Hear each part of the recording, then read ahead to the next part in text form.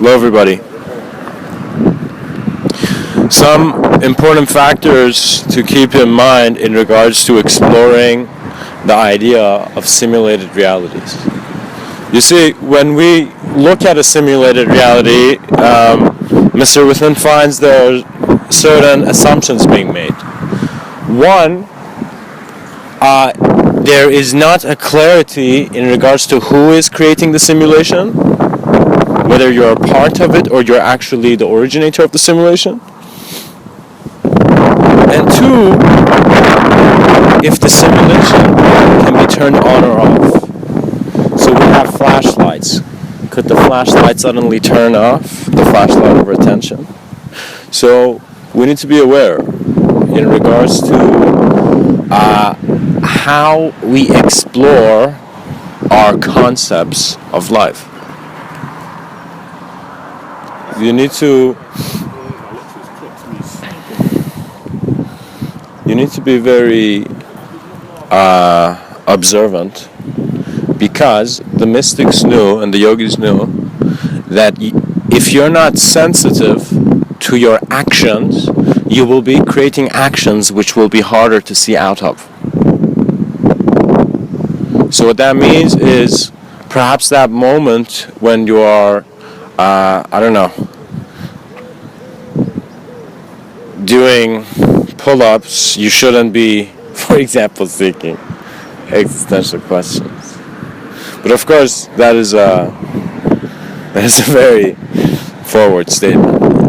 In actuality, we want to realize the potential of the human being beyond frames. And these frames are beyond segmentations of spatial and time consideration. So what that means is that first we want to try to find where the edges of the box is, where the edges of man's mind is. And so because there is no edge, the whole objective world becomes subjected to a search, an existential search. And so you wonder, okay, I logically understand it, but am I satisfied? And satisfaction was never just a linear thing. It required both linear and non-linear aspects of your existential intelligence, which is your experience here. So, if we were to look at the phenomena of a simulation, you are it. You are here. There could be potentials of a story in which that simulation originates, but stories either provide a lot but then become dull, or you shift from an intelligence that needs an individually conscious story and moves into one where it is an experience, and it's a natural experience. So you as a being are trying to learn from how naturally you are alive. And naturally meant before doing anything, things were being done. To be honest, this is a very big concept, because if we are in a simulated reality, some have thought, who could it be? And so there are many potentials, but what Mr.Within finds is that just like how truth is seen within a story, what that means is if I came and told you it's a sunny day, and today it's sunny, but tomorrow it's not, and I came and told you it's a sunny day, my action was right in a certain space and time. How is it that it's wrong in another space and time? Because we are choosing the separation and the distinction in what we're considering to be real. When you begin to see that your eyes really belong to how much you've observed the self, yourself does not need to be limited. You create openness for yourself. That's simply how the being functions. You create space by seeing the space of your creation. Or better yet, just observing the space of the Creator.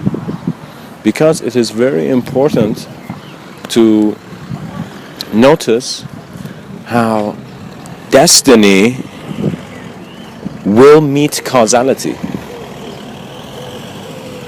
What that means is what you think you were meant for, you will see you have also been the cause for.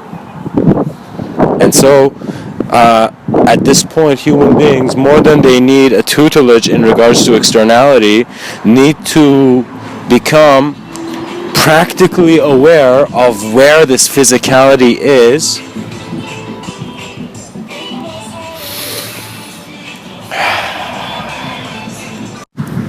and it's kind of necessary to note down how your world is working for you, so then you can consciously develop it. And also when a non-linear experience happens, or an energetic experience, or something happens, you're aware of how to add it consciously to your life. So you begin to see, like, at some point it's no longer just you remembering something from yesterday.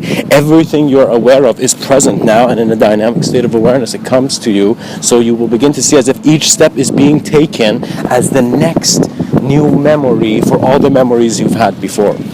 When such a thing happens, there comes the possibility of a sense of experience beyond the frameworks of ideas. So what that means is, through internal awareness, external awareness dissolves into absolute experience.